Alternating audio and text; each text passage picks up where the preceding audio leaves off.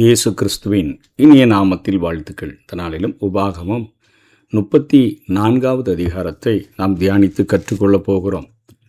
இது உபாகமத்தினுடைய கடைசி அதிகாரமாக, 5 ஆகமங்களினுடைய கடைசி அதிகாரமாக இது காணப்படுகிறது. மோசேயினுடைய மரணம் இந்த அதிகாரத்திலே சொல்லப்பட்டிருக்கிறது. இந்த அதிகாரத்தை நிச்சயமாக யோசுவா தான் எழுதியிருக்க வேண்டும். பின்பு மோசே மோவாபின் சமவெளிகளிலிருந்து எரிகோவுக்கு எதிரான அந்த நேபா மலையில் இருக்கும் பிஸ்காவின் மலையுச்சியில் ஏறினான். அப்பொழுது கர்த்தர் அவனுக்கு தான் வரையுள்ள கீலேயாத் நாடு அனைத்தையும், நப்தலி நாடு அனைத்தையும், எப்ராயிம் மனாசே என்பவர்களின் நாட்டையும், கடைசி கடல் வரைக்கும் உள்ள யூதா நாடு அனைத்தையும். கடைசி கடல் என்பது இங்கே மத்திய தரைக்கடலை குறிக்கக்கூடியதாக இருக்கிறது. இந்த காரியங்களை இப்பொழுது மோசே உள்ளே செல்ல முடியாமல் அவன் வெளியே இருந்து இவைகளை பார்க்கிறதை நாம் பார்க்கிறோம். அதனைத் தொடர்ந்து அப்பொழுது கர்த்தர் அவனை நோக்கி, நான் உங்கள் சந்ததிக்கு கொடுப்பேன் என்று ஆபிரகாமுக்கும் ஈசாக்குக்கும் யாக்கோபுக்கும் ஆணையிட்ட நாடு இதுதான். இதை உன் கண் காணும்படி செய்தேன், ஆனாலும் நீ அவ்விடத்துக்கு கடந்து போவதில்லை என்றார். அதாவது அவன் பாவம் செய்தபடியினாலே ஆண்டவர், நீ உன் கண்களினால் காண்பாய், உன் சரீரத்தினால நீ அதற்குள்ளே போக முடியாது என்று சொல்லி கட்டளையிட்டதினால இங்கே அந்த இடத்தை எல்லாம் அவனுடைய கண்களுக்கு காணும்படியாக அங்கே ஆண்டவர் செய்கிறார். அப்படியே கர்த்தரின் தாசனாகிய மோசே மோவாப் நாடான அவ்விடத்திலே கர்த்தருடைய வார்த்தையின்படியே அவன் மரித்தான். அவர் அவனை மோவாப் நாட்டில் உள்ள பெத்பேயோருக்கு எதிரான பள்ளத்தாக்கிலே அடக்கம் பண்ணினார். இந்நாள் வரைக்கும் ஒருவனும் அவன் பிரேத குழியை அறியான் என்று சொல்லி பார்க்கிறோம். அதாவது நிச்சயமாக அங்கே பிரதான தூதனாகிய மிகாவேல் மூலமாகத்தான் தேவன் மோசையை அடக்கம் பண்ணினார் என்பதை நாம் புரிந்து கொள்ள முடியும். யூதா 9வது அதிகாரத்தில் அங்கே சாத்தான் மரித்து போனவர்கள் எல்லாரும் என் கண்ட்ரோலில் தானே இருக்கணும், மரணத்திற்கும் பாதாளத்திற்கும் உடைய திறவுகோல் என் கையில் தானே இருக்குது. ஆகவே இயேசு கிறிஸ்துவின் மரணத்துக்கு முன்பாக அந்த கண்ட்ரோல் அவன் வைத்திருந்தபடியினாலே அவன் பிரதான தூதனாகிய மிகாவேலின் இடத்துல சண்டையிடுகிறதாகவும் இங்கே யூதா என்ன சொல்கிறாரு, பிரதான தூதனாகிய மிகாவேல் மோசையினுடைய சரீரத்தை குறித்து பிசாசுடனே தர்க்கித்த போது, ஏன் கண்ட்ரோலில் இருக்கணும், அவனை ஏன் அவன் சரீரத்தையே எனக்கு கண்ணுக்கே காட்டலையேன்னு சொல்லி சத்துரு அங்கே தர்க்கித்த போது அவனை தூசணமாய் குற்றப்படுத்த துணியாமல் கர்த்தர் உன்னை கடிந்து கொள்வாராக என்று அங்கே மிகாவேல் அங்கே சாத்தானை கடிந்து கொள்ளுகிறதை பார்க்கிறோம். பிசாசை கடிந்து கொள்ளுகிறதை பார்க்கிறோம். ஆண்டவர் நிச்சயமாக அவனுடைய அந்த இடத்தை காட்டாமல் இஸ்ரவேல் ஜனங்களுக்கும், இன்றைக்கு இருக்கக்கூடிய கோத்திரங்களுக்கும், இன்றைக்கு இருக்கக்கூடிய விசுவாச பிள்ளைகளுக்கும் ஏன் காட்டலை அப்படின்னா, இன்றைக்கி விழுந்து போன மனித குலத்தினுடைய மனப்பாங்கு எப்படி இருக்குன்னா, அவர்கள் சிறந்த தலைவர்கள் யாராவது கிடச்சிட்டாங்கன்னா, சிறந்த முன்னோர்கள் யாராவது கிடச்சிட்டாங்கன்னா அவங்கள மகிமைப்படுத்தி அவங்கள தெய்வமாக்கக்கூடிய ஒரு காரியத்தை செய்து விடுவார்கள். அடக்கம் பண்ணப்பட்ட இடத்தை அவங்க புனிதமாக்கி விடுவாங்க. இது ஒரு புனித ஸ்தலம் என்று செய்து விடுவார்கள். தேவன் அதனால் மோசையை அடக்கம் பண்ணின இடத்தை அவர் வெளிப்படுத்தாமல் இருந்ததற்கு இது ஒரு நிச்சயமாக ஒரு முக்கியமான ஒரு காரணமாக இது இருக்க முடியும். ஆகவே இந்த மோசையினுடைய மரணம் இந்த அதிகாரத்தில் நடந்திருக்கிறது. யோசுவா தான் நிச்சயமாக அவன் இந்த அதிகாரத்தை எழுதியிருக்க வேண்டும். மோசே மரணம் அடைந்த போது அவனுக்கு 120 வயது என்று பார்க்கிறோம். அவன் அந்த தருணம் வரையிலும் பலம் வாய்ந்தவனாக, அவன் மிகுந்த விழிப்போடும் ஆர்வத்தோடும் தான் அவன் காணப்பட்டான். ஆகவே அவன் வழிநடத்தக்கூடாத சூழ்நிலைக்கு காரணம் என்னென்னா, அவன் சரீரம் அவனுக்கு தடையாக இல்லை, அவனுடைய ஆவிக்குரிய வாழ்க்கையில் ஏற்பட்ட ஒரு சின்ன வீழ்ச்சி தான் அங்கே அவனை அந்த இடத்துல மறிக்க செய்தது. அவனை இப்போ எல்லா புதிய தலைமுறையினரும் இப்போ உள்ளே போக போகிறாங்க. மோசே போக முடியாது. அவன் சரீரம் பலன் வாய்ந்ததாக இருந்த போதிலும், அவன் கண் பார்வை மங்காமல் இருந்த போதிலும், பலன் குறையாமல் இருந்த போதிலும் அவன் அங்கே கர்த்தருடைய வார்த்தையின்படி அவன் மறிக்கிறான்.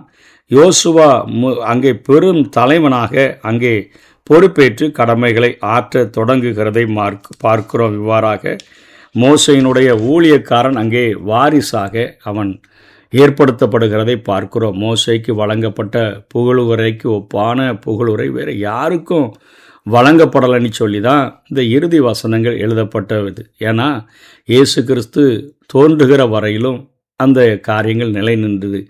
கிறிஸ்துவனுடைய முதலாவது வருகை மட்டும்தான் அது உண்மையாக இருந்தது. மோசே பணிவிடைக்காரனாய் அவருடைய வீட்டில் எங்கும் உண்மை உள்ளவனாய் இருந்தான் என்று அதை எபிரேயர் 3:5 எடுத்து எழுதுகிறார்.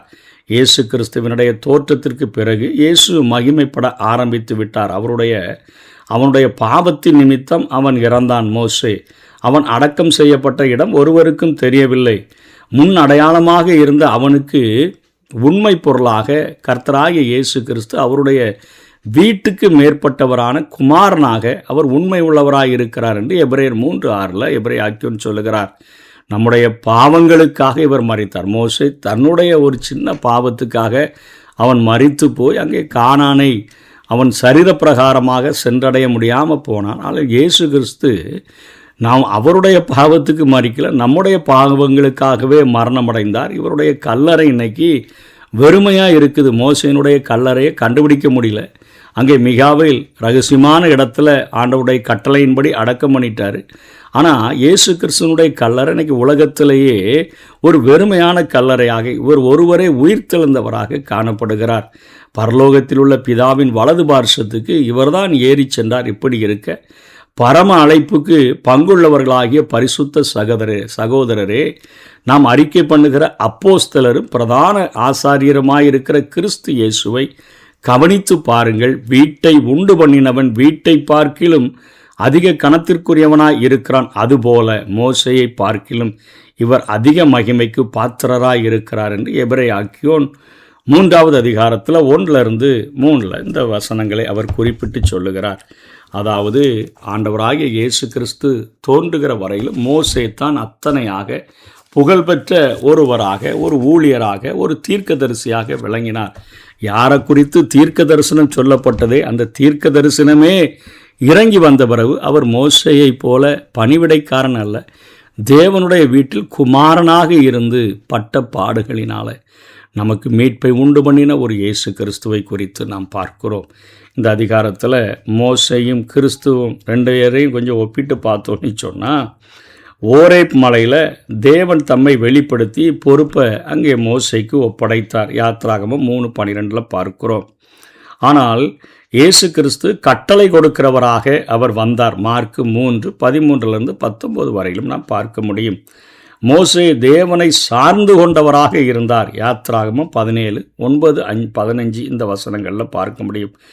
அங்கே தேவனை சார்ந்து கொண்ட மோசே இங்கே பிதாவோடு ஐக்கியம் கொண்டவராக, தேவனுடைய ஆழ்த்தன்மையில் ஒருவராக, அதாவது பிதாவாகிய தேவன் குமாரனாகிய தேவனாக இவர் ஐக்கியப்பட்டு இவர் இந்த பூமியில் இறங்கி வந்தார். இவர் தேவனின் அந்த குமாரனுடைய அவதாரத்தை பெற்றவராக வந்தார்.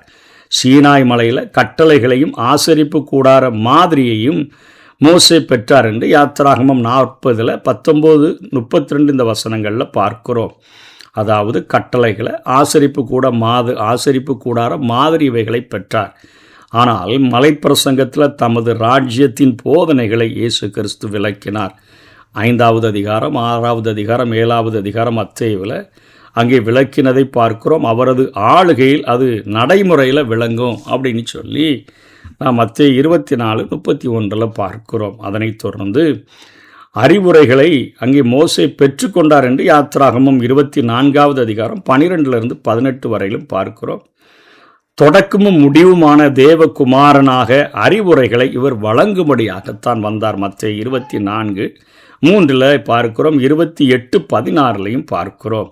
சீனாய் மலையில் தேவனின் பெயரின் தன்மையை அறிந்து கொண்டார். தனக்கு வெளிப்படுத்தின ஆண்டவருடைய தன்மையை அங்கே சீனாய் மலையில் மோசே அறிந்து கொண்டார். மறுரூப மலையில் இயேசு கிறிஸ்து தனது தன்மையையே வெளிப்படுத்தினதை பார்க்கிறோம். அப்பொழுது இந்த மோசேயும் எலியாவும் தான் ஆன்மீக நிலையில் உடன் இருக்கிறதை மத்தேயு 17:1-9 வரையிலும் பார்க்கிறோம்.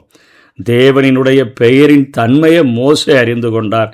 தன்னையே மறுரூப மலையில் இயேசு வெளிப்படுத்தினதை அங்கே மோசேயும் எலியாவும் அப்படியே நின்று பார்க்கிறார்கள்.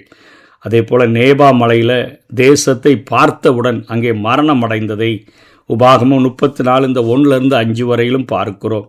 கலிலேயா மலையின் அந்த உயிர்த்தெழுந்தவராக விளங்கி தமது சீடர்களுடன் தமக்கு இருக்கும் முழுமையான அதிகாரத்தை அங்கே விலக்கிட்டு அவர் அங்கே பரமேறினதை குறித்து நம்ம பார்க்கிறோம். நேபாவில் தனது பணிவிடையை நிறைவடையாத நிலையில் அங்கே மோசே விட்டு சென்றார். சரீரத்தில் அத்தனை பலன் இருந்த போதிலும் அவர் அந்த கானானுக்குள்ளே செல்ல முடியாதபடி அங்கே கர்த்தருடைய வார்த்தையின்படி மரணமடைந்ததை பார்க்கிறோம். மறுரூப மலையில் அவரது முழுமையான பணி நிறைவேறுதலை பற்றி பேசப்பட்டது. சிலுவையில் கடைசியாக உரத்த சத்தமாக எல்லாம் முடிந்தது என்று சொல்லி இந்த பூமிக்கு வந்த தனது முழு நோக்கத்தை நிறைவேற்றினவராக, உலக இரட்சகராக, உலகத்தின் மக்களின் பாவத்திற்கு ஒரே ஒரு வழி நாதான், இயேசுவே வழி, இயேசுவே வழியும் சத்தியமும் ஜீவனுமாய் இருக்கிறார். பரலோகத்துக்கு போகிறதற்கு ஒரே மார்க்கமாக தன்னுடைய எல்லா சொட்டு இரத்தத்தையும் இந்த மனு குலத்துக்காக, விழுந்து போன இந்த உலகத்துக்காக சிந்தி, இயேசு கிறிஸ்துவின் இரத்தம் சகல பாவங்களையும் கழுவி நம்மை சுத்திகரிக்கும். மனித மீட்புக்கு ஒரே வழி இயேசுவின் இரத்தமே என்கிற காரியத்தை ஏற்படுத்திவிட்டு எல்லாம் முடிந்தது என்று சொல்லி அறைகூவி மரித்ததை நாம் பார்க்க முடியும். இந்த 5 ஆகமங்களின்ல ஒரு சின்ன குறிப்புகள் நாம் புரிந்து கொள்ள வேண்டும் என்று சொன்னால், 5 ஆகமங்களும் மோசையினால் எழுதப்பட்டவைகள். பார்வோனால துன்புறுத்தப்பட்ட இஸ்ரவேலர்கள் தேவ மனிதனாகிய மோசையின் வழியாக 10 வாதைகளை எகிப்தியர் மேலே வரப்பண்ணி அங்கே ஆண்டவர் விடுவிக்கப்பட்ட காரியங்களை பார்த்தோம்.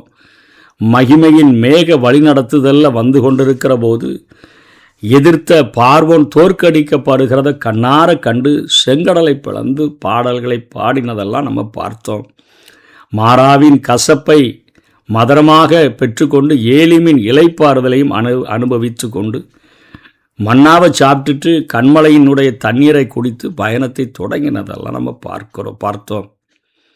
அவர்கள் தங்களுக்கு உடன்படிக்கையின் அடையாளமாக ஓய்வு நாளையும் அவர்கள் அங்கே பெற்றுக்கொண்டதெல்லாம் நம்ம கற்றுக்கொண்டோம். சீனாய் மலையில் சில காலங்கள் நியாயப்பிரமாணத்தை அவர்கள் பெற்றுக்கொள்ளுகிற போது அங்கே ஆண்டவர் அங்கே ஆரோனுக்கு ட்ரெஸ்ஸை குறித்து பேசுகிறார். மகிமையான ஒரு ஊழியத்தை குறித்து பேசுகிறார். ஆரோன் இங்கே ஜனங்களை நிர்வாணமாக்கி டான்ஸ் போட்டு கன்று குட்டிகளை செய்கிறதை எல்லாம் நாம் கற்றுக்கொண்டோம். ஆசரிப்பு கூடார அந்த வடிவம் அங்கே வழங்கப்பட்டது. அங்கேருந்து காதேஸ் பர்னேயாவை நோக்கி போகிறாங்க. மேகத்தின் வழிநடத்துதலில் பயணித்த போதிலும் முறுமுறுப்புக்கெல்லாம் குறைவே இல்லை. சாவுக்கான ஆகாரத்தை கேட்டு பெற்றனர். அதுக்கப்புறம் 70 மூப்பர்களினுடைய தெரிந்தெடுப்பு, மிரியாமின் தண்டனை எல்லாம் நடந்தது. காதேஸ் பர்னேயாவில் அங்கே ஒற்று பார்க்க போனவங்களில் 2 வகை நோக்கர்கள், அதாவது 2 வகை பார்வையாளர்கள் இருந்தாங்க. பெரும்பான்மையினர் மனிதனுடைய பார்வையில் பார்த்துட்டு இதெல்லாம் நல்ல தேசம்தான், ஆனால் சுதந்திரிக்க நம்மால் முடியாதுன்னு மனமடியை செய்தனர். 2 பேர் மாத்திரம் ஆண்டவருடைய நோக்கத்தோடு கூட பார்த்து ஜனங்களை உற்சாகப்படுத்தினார்கள். பெரும்பான்மையினரை பின்பற்றின மக்கள் பேரழிவுக்கு தங்களை உட்படுத்தினார்கள். இதனால் 40 ஆண்டு அலைச்சலுக்கு பின்பே நல்ல நாட்டை சேர அந்த புதிய தலைமுறைக்கு வாய்ப்பு கிடைத்தது. காதேஸ் பர்னேயாவிலிருந்து பயணம். தண்டனைக்கு பின் தேசத்தை சுதந்திரிக்க முயன்று ஓர்மா வரை அவர்கள் தோற்கடிக்கப்பட்டார்கள். கோராகின் புரட்சியின் கோரத்தை அனுபவித்து ஏதோமியரின் எதிர்ப்பால் மாற்று வழியில் திரும்பி எமோரியரை வென்று மீதியானியரை தோல்வடையச் செய்து பீலையாமினுடைய சூழ்ச்சிக்காக பலியாகி கிடக்கிறதெல்லாம் பார்த்தோம். எனினும் பயணம் அங்கு மரணமடையலை. கிழக்கு கரை வரை வந்தாங்க. அங்கே 2.5 கோத்திரம் அதை உரிமையை கேட்டு யோர்தானுக்கு கிழக்கு கரையில் அந்த உரிமைகளை எல்லாம் பெற்றுக்கொண்டார்கள். மோவாபின் சமவெளியான யோர்தானின் கரையில் இப்போ மோசே இங்கே 3 பிரசங்கத்தை செய்து முடித்தார். 12 கோத்திரங்களையும் ஆசீர்வதித்து யோசுவாவுக்கு ஒரு பொறுப்பை கொடுத்துட்டு தேசிய பாடலை ஒன்றை இயற்றி தீர்க்க தரிசனங்கள், தேவனுடைய மகத்துவங்கள், தீர்க்க தரிசன வார்த்தைகள் அடங்கிய ஒரு தேசிய பாடலை அவர்களுக்கு கற்றுக் கொடுத்து விட்டு எச்சரிப்புகளையெல்லாம் அவர்களுக்கு கொடுத்துட்டு தன்னுடைய வாழ்க்கைக்கு அங்கே முற்றுப்புள்ளி வைத்தார். ஆண்டவரால் ஒரு மகிமையான மரணத்தை அடைந்து அவராலேயே ஒரு ரகசியமான இடத்துல அடக்கம் பண்ணப்பட்டதை பார்க்கிறோம். இன்றைக்கு ஆண்டவராகிய இயேசு கிறிஸ்துவை சொந்த இரட்சகராக ஏற்றுக்கொண்டு நம்முடைய பாவங்கள் அவருடைய இரத்தத்தினால் கழுவப்படுகிறதற்கு ஒப்பு கொடுக்கப்பட்டு எவர்களை அழைத்தாரோ அவர்களை நீதிமான்களாய் மாற்றியிருக்கிறாரே. அப்படிப்பட்ட நீதிமான்களாக மாற்றப்பட்ட நம்ம அந்த கடைசி எக்காலம் தொனிக்கப்படுகிற பொழுது ஒருவேளை உயிரோடு இருப்போம் என்று சொன்னால் நாம் ஒரு இமைப்பொழுதில் ஒரு நொடி பொழுதில் மறுரூபமாக்கப்பட்டு நாம் அங்கே வானத்தில் எடுத்துக்கொள்ளப்பட்டு ஆகாயத்தில் எடுத்துக்கொள்ளப்பட்டு என்றென்றைக்கும் அவரோடு கூட இருக்கிற பாக்கியத்தை பெற முடியும். மரித்திருப்போம் என்று சொன்னால் அந்த கடைசி எக்காலம் தொனிக்கப்படுகிற பொழுது நாம் உண்மையிலே ஒரு மறுரூப சரீரத்தை பெற்றவர்களாக உயிர்த்தெழுந்தவர்களாக மத்திய ஆகாயத்தில் அவரை சந்தித்து அவரோடு கூட வாழ்கிற பாக்கியத்தை பெற முடியும். இந்த உலகத்தில் நம்முடைய ஜீவனை நாம் காக்க வேண்டும் என்று நினைத்தோம் என்று சொன்னால், நம்முடைய முயற்சியில் நம்முடைய பலத்தில் காக்க வேண்டும் என்று நினைத்தோம் என்று சொன்னால் மரித்து போவோம். எனக்காக தன்னுடைய ஜீவனை இழக்க விரும்புகிறவன் அதை பெற்றுக்கொள்வான். நம்முடைய வாழ்க்கையில் எதற்கும் எண்ணி துணிந்தவர்களாக ஆண்டவருடைய சேவைக்காக, கிறிஸ்துவின் பணிக்காக, சுவிசேஷத்துக்காக, ஆண்டவருடைய வார்த்தைக்காக, இயேசு கிறிஸ்துவின் நேசத்துக்காக இந்த உலகத்தில் மகா வைராக்கியமான ஒரு வைராக்கியம் கொண்டு வாழுவோம் என்று சொன்னால் மனவாட்டியாக கர்த்தர் தாமே ஆரவாரத்தோடும் பிரதான தூதனுடைய சத்தத்தோடும் அங்கே தேவ காலத்தோடும் கூட வருகிற போது ஒரு இமைப்பொழுதில் ஒரு நொடி பொழுதில் அவரை சந்திக்கிற ஒரு பாக்கியத்தை பெற முடியும். அந்த ஒரு ஏக்கத்தோடு பாரத்தோடு கூட நாம் வாழுவோம். கர்த்தர் தாமே நம்மை ஆசீர்வதிப்பாராக. ஆமென்.